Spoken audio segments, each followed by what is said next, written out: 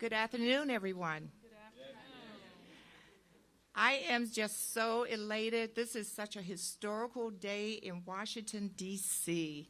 I am Linda Mercado Green, the owner of Anacostia Organics, which is the only, presently the only medical marijuana dispensary east of the river. I am a patient, and I also have been a resident of D.C. for 48 years. And I've lived in Anacostia for 20 years. We opened our doors here February 4th, but actually the mayor was here for our ribbon cutting on January 24th. One of the things about this mayor, who I love with all my heart, is when she says she's going to do something, she does it. She definitely delivers. And so I think that you're really going to be very happy about her remarks today.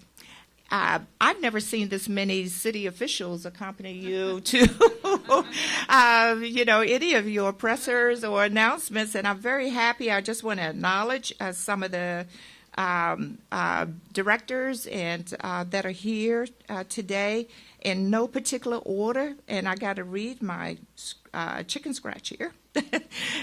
Director Polly Donaldson, Director Ernest Chopra, Chief Newsham, Director Turnage, Beverly Perry, Senator Strauss, Betty Cavendish, Fred Masali, the chairman of the Arbor Board, Donovan Anderson, Director Sean Townsend, Director Tim White, John Falchicchio, and former council member Yvette Alexander. And I hope I've covered everyone. If not, please forgive me. Thank you. Thank you. So at this time, I'm going to turn the program over to a very special friend in the industry. His name is Justin Sherlock, who is the policy director of NORML, which is one of the major advocacy and advocate groups in the country. Justin?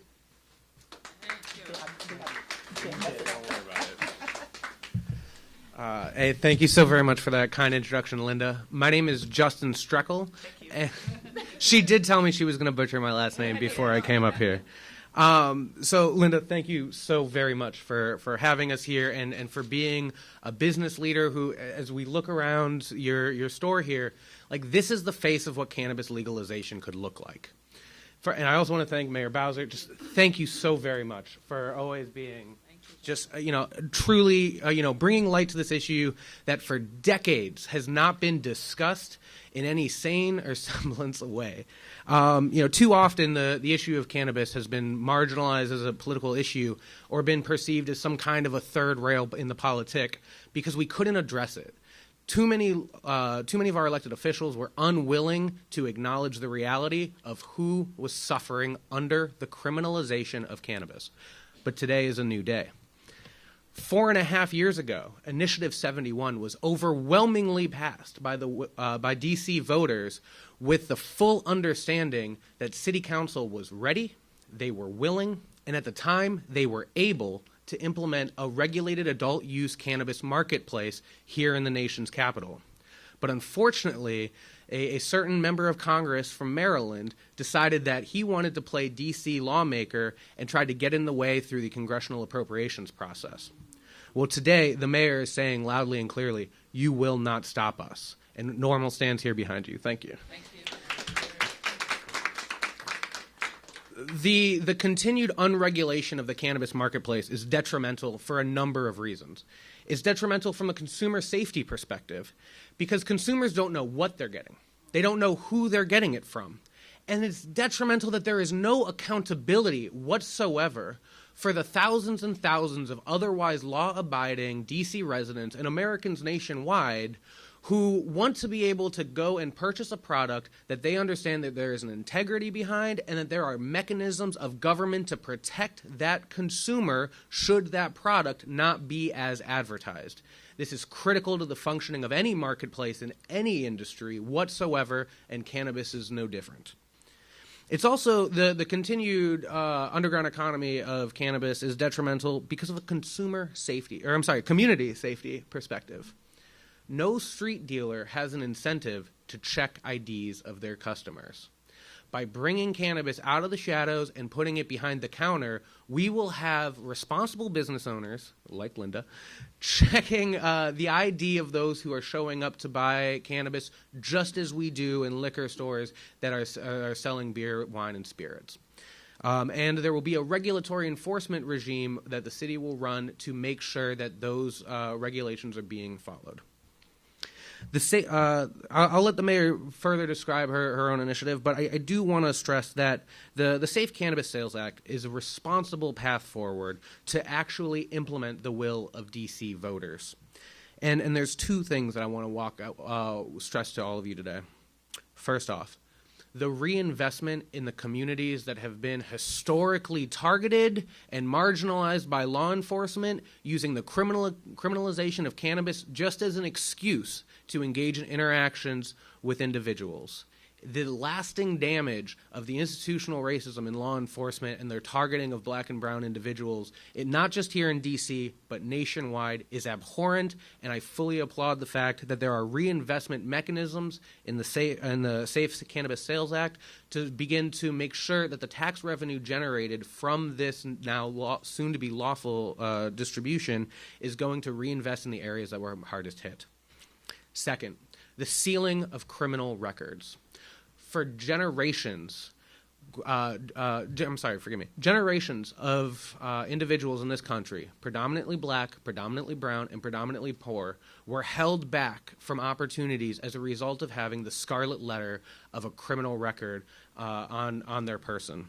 This prevented them from economic opportunities, it prevented them from educational opportunities, it prevented them from housing opportunities.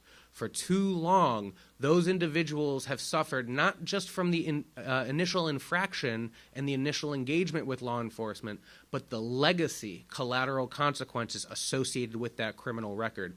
And the removal of those records and the automatic process built into this legislation is absolutely necessary. It's the moral thing to do, and it's the compassionate thing to do, and it's the economically justifiable thing to do. It's the right thing to do. D.C. desperately needs transparency in its cannabis commerce. D.C. desperately needs certainty and consistency in its cannabis commerce. D.C. desperately needs reefer sanity. That's why I'm proud today as part of this unveiling. Thank you so very much. Let's bring out victory home for the District of Columbia.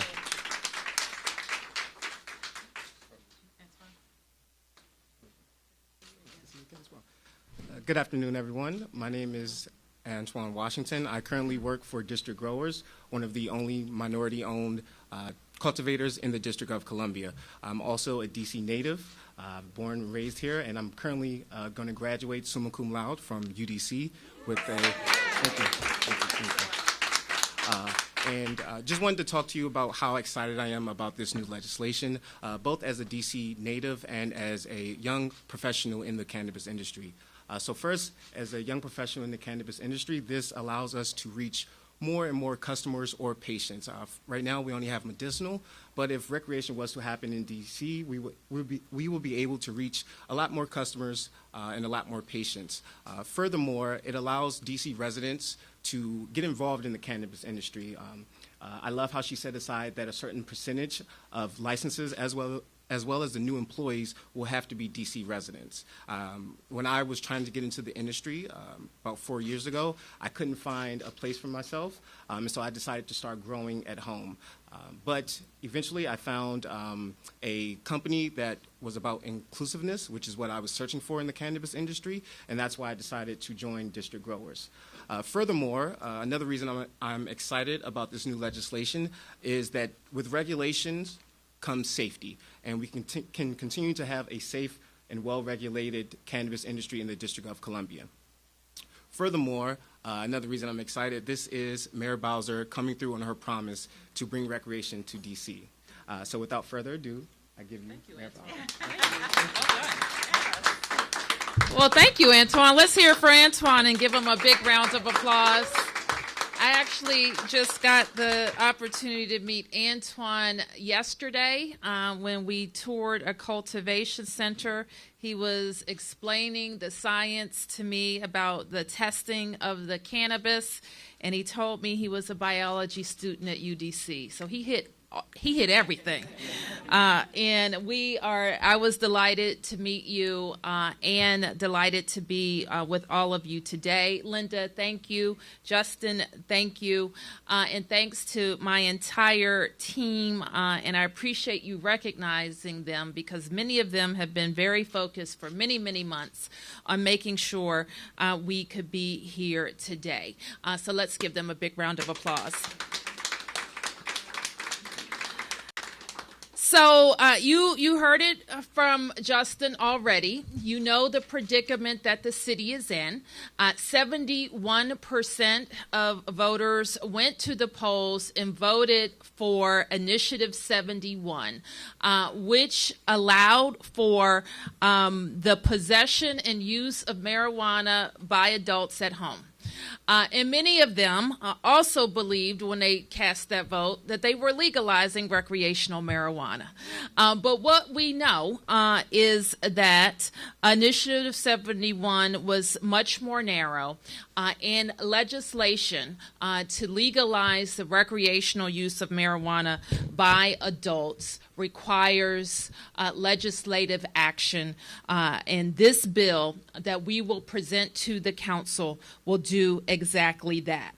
You remember the history that Andy Harris from Maryland decided to put a rider on a spending bill that prohibited D.C. government from using its own local dollars to fully enact the will of D.C. voters.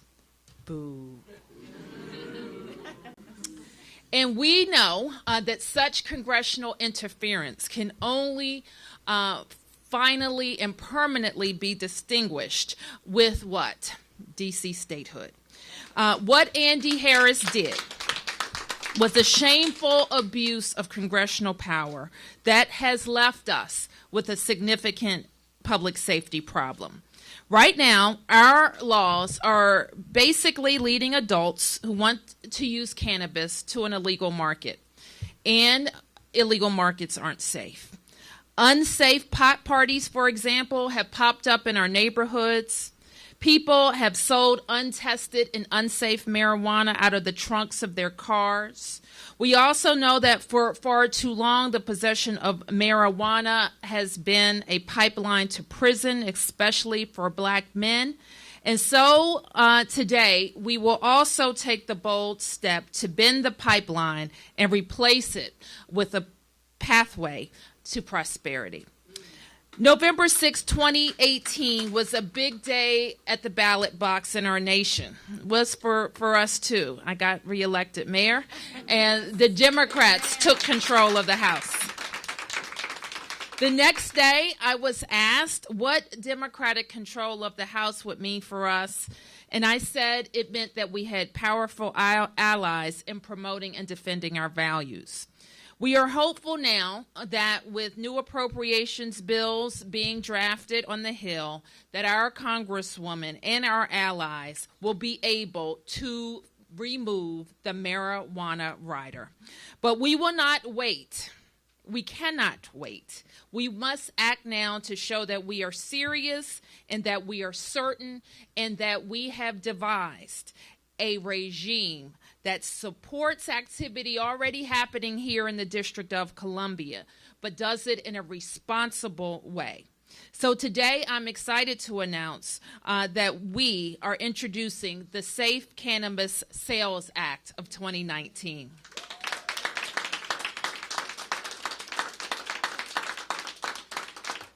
This piece of legislation will put our city on the path forward, establishing a legal sales and tax regime that is centered on safety and clarity.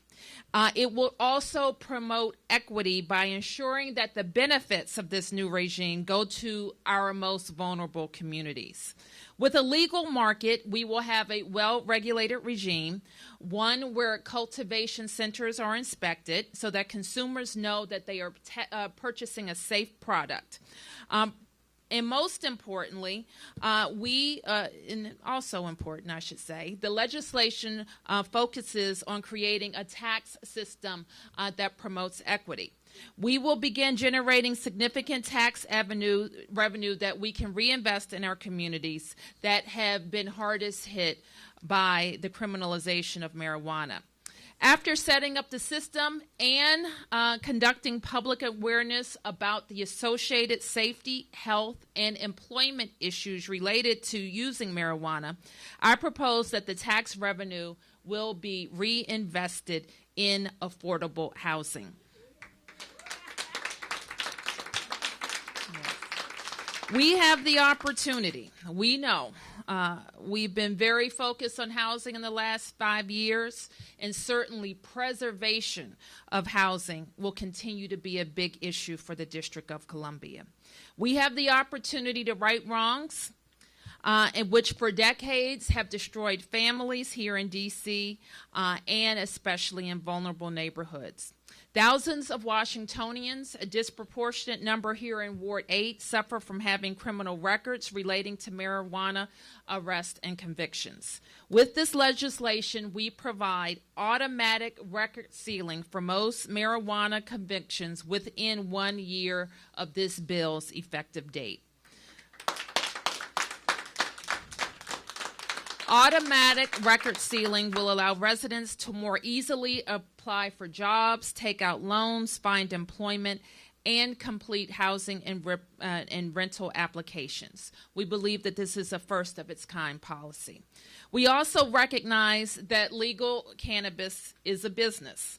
And if we want to be serious about changing the trajectory for all D.C. residents so that everybody across all 8 wards of the city can share in the prosperity we are creating, we have to inspire people to create their own business and hire D.C. residents, just like Linda and her partners have done here.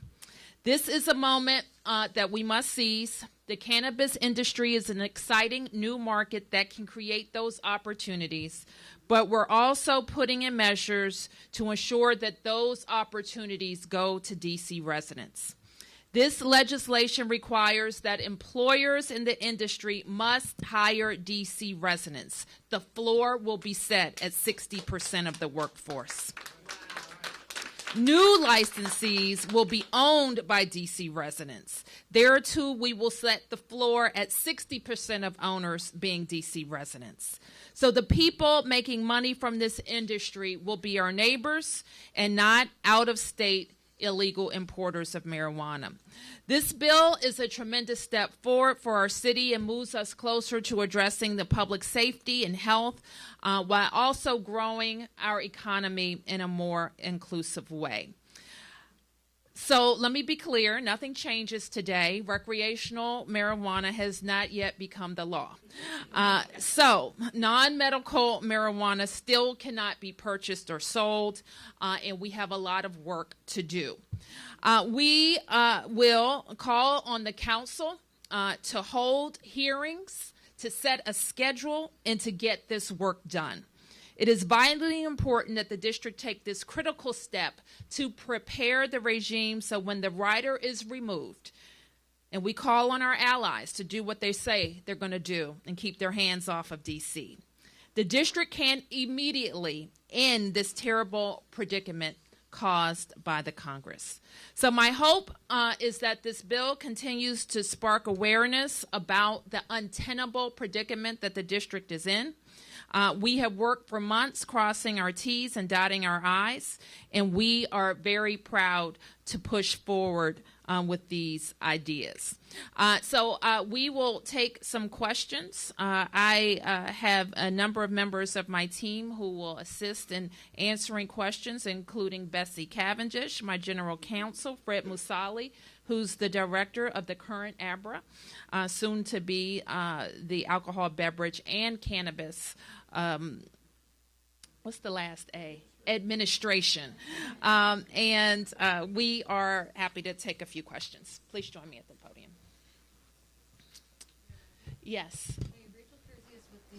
I know that you reached out to D.C. Attorney General Karl Racine to ask him if it would be legal for the council to be holding these kinds of hearings before the rider was removed. He said that he gave you legal advice, but because it was attorney-client privilege, he couldn't share it.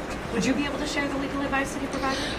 It has always been our opinion, Rachel, that the council had the legal authority to proceed with hearings, and that continues to be our view.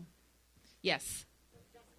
I'm with a law firm called Green Spoonmeyer that's nationally known in the cannabis space, and more importantly, was one of the very first volunteers on your very first campaign, one of my proudest things that I've done ever. But I wanted to ask you, with regard to the federal situation, what can we do to help? I mean, I know that Eleanor Holmes Norton is working on it, but is there anything we as citizens or DC folks or statehood or whatever can do?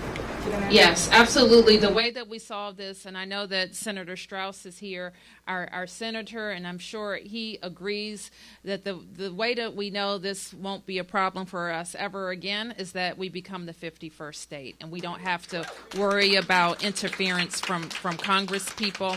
And we will continue to work with our Congresswoman, our Office of Federal Regional Affairs as the appropriations bills make their way through, and then we'll keep you posted on what you can do to help. Yes, Sam. So, Mayor, you talked about this as a way of, I guess, having fewer young black men arrested, but young black men now are arrested in many cases because they're smoking outdoors, and I would say when you have the new system, if you do, they'll be smoking outdoors. It seems unlikely that the young black men that are selling marijuana will be getting contracts to sell it, so they'll still be getting arrested. What's going to change? What's going to change is that we won't have a system that says you can possess and use marijuana, but you don't have any legal way to purchase it. And that's simply untenable. And so many people who are going to the illegal market want to go someplace that's safe, where they know what the product is, where they're not putting themselves in a dangerous situation with these street interactions, and that's going to change. What we continue to do is hope that people who may be engaged in selling marijuana are going to take advantage of the many programs and services that we have to be productively employed. What we also hope will change is that the revenues that are raised will create a pipeline of resources for preservation of housing. I think everybody is familiar with it seems like every week we get a new request for an investment in saving affordable housing in the district, and this will go a long way to help us do that. It will still be illegal to smoke marijuana in public places, correct? And yes, thanks for asking that question, Sam, because we, in this bill, we don't change the public consumption aspects of our law because we think it's very important, just as we were able to do with our medical regime, is start off in a manageable, responsible way and build on it. And when we are sure that we have a regime that's working, I think we can explore other places of use. From CannabisRightsCampaign.org. I have a 420 friendly dwelling around the corner from here for people who are unable to smoke and consume, who have public housing. I also work for a nonprofit in DC where they're able to now consume CBD but not THC legally in their homes. So my question to you is similar to this gentleman. What's going to be done for those people who need access to the same medicinal benefits but live in public housing and are not able to legally consume? So Ashley's Corner provides that, but it is only one place, and it's in Ward 8, but there are people all over DC who need access to be able to consume within their homes or a public place where it can be done legally. So my question to you is, what initiatives, or is there a timeline for those people to have access to the medicine? And if so, can Cannabis Rights Campaign work with you to be able to provide cannabis safe housing, because we do seek out and employ people who have been negatively affected by the war on drugs, and those people are not going to go to DCRA. They're not going to go down there and access those business resources. They need outreach to their homes, knocking on doors, saying, here, this is what you can do legally. Not only can you do it, but this is how you do it. Here are the steps. I will show you how. Right. So where are those Sure. And so as I Ashley, so as I started out saying that the development of public education and outreach is critical to how a new regime would start. So we will talk over the next several months about how we would do that. I don't have anything yet to offer on a timeline beyond what I have already described.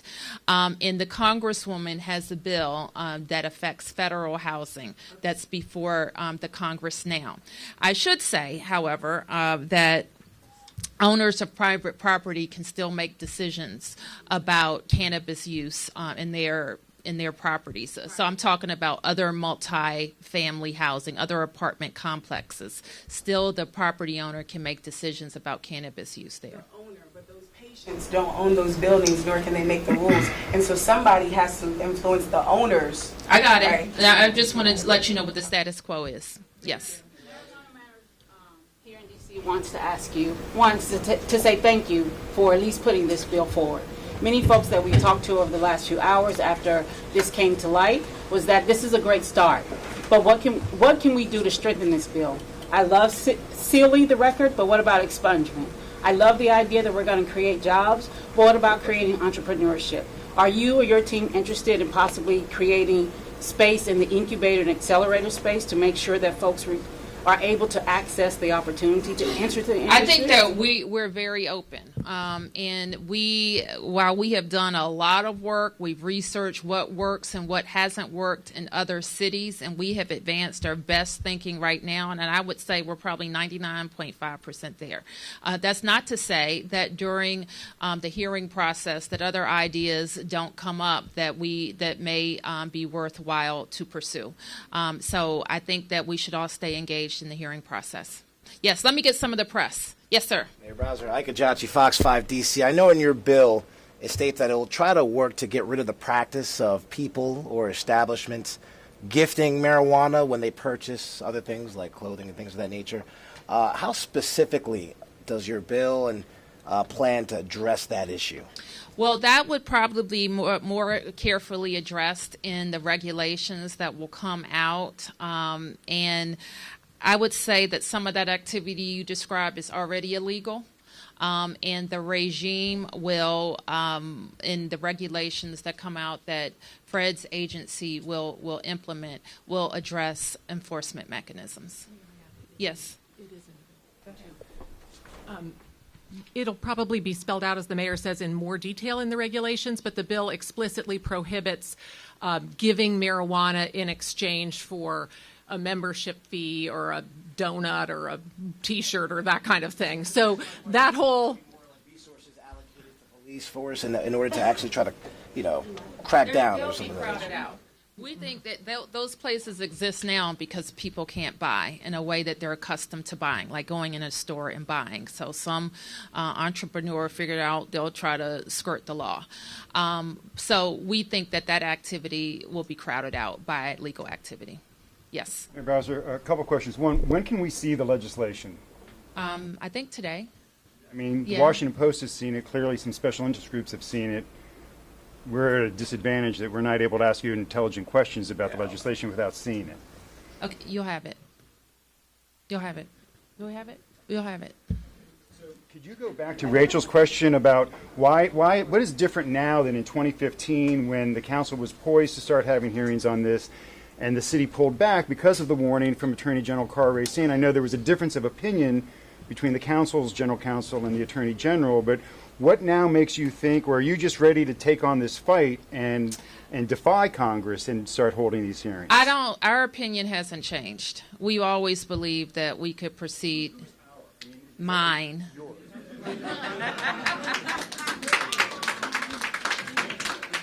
Can you tell us what the Attorney General told you his opinion is? Did No. you share the same opinion as the Attorney General? He shares mine. So you think you don't have any concerns going forward holding hearings defying Congress up to that point? You don't believe it's, let me ask you, do you believe that's defying the rider that's in place right now? I do not. Okay.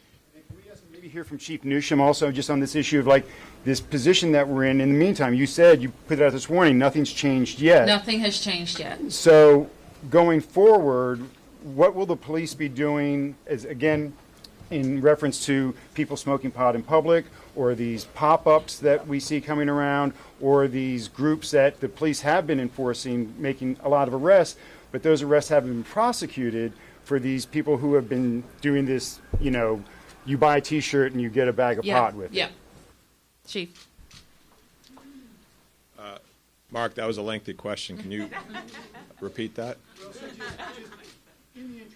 I guess nothing has changed. So I guess to compartmentalize, one, what are your officers doing? You heard concerns from several people about how predominantly young black men who are smoking in public are still being either detained, arrested, searched because of that as probable cause. So where does that stand? And then two, your enforcement of these people who are selling T-shirts, but then you get a bag of pot with it and they're trying to skirt the law like that. I think that's why we're meeting here today. I think this is, it's the first step forward in resolving those issues that we have in the city. With the public consumption, I heard that question raised a little bit earlier. That's consistent with alcohol use in our city. We don't allow people to stand on the street corners and drink alcohol. With regards to the young men that you're describing that are publicly smoking marijuana, we have actually changed our process in those cases. We do not actually make custodial arrests in those cases. We issue what's called a citation, and then they have to appear. And I know that doesn't give everybody comfort, but I also think that a big piece of this, for our young folks in particular, is education. To let them know, particularly, you heard the mayor say it a couple of times, nothing really changes today with the state of affairs in the District of Columbia. Distribution of marijuana will still be illegal. I know there will be a lot of discussion moving forward on how to best implement this legislation. So I think if we have education, we can probably impact some of the questions that you raise. So I noticed your latest figures, looking at the number of people arrested for marijuana, has gone up. The latest we have is 2017, but from 2016 to 17, it went from like 700 a year to 900 a year. Why are more people being arrested for marijuana? I don't think that's the state of affairs right now, Sam, so I can get you that information before you do your story. Any other press questions? Yes. So if everything goes well with, Congress and whatever predicament the district is in, what's the earliest we could start seeing these dispensaries and, the law just coming into effect? Well, it's hard to say when the Congress acts on spending bills, so we know that. And I think that the council has been well acquainted with these ideas. I don't know how the chairman is going to refer this bill. It could potentially touch a couple of committees, for example. So depending on how he refers the bill, how urgently the chairman of those committees act, I think that the council could act on it by year's end. And I think us getting our regulations and things together, we can look to how we stood up the last regime and see how many months that takes. So I think we could see something, I think, optimistically within a year, and more realistically probably 6 months after that. And if we push really hard, it could be even faster. I'm willing. All right. Thank you, everybody. Thank you. Thank you.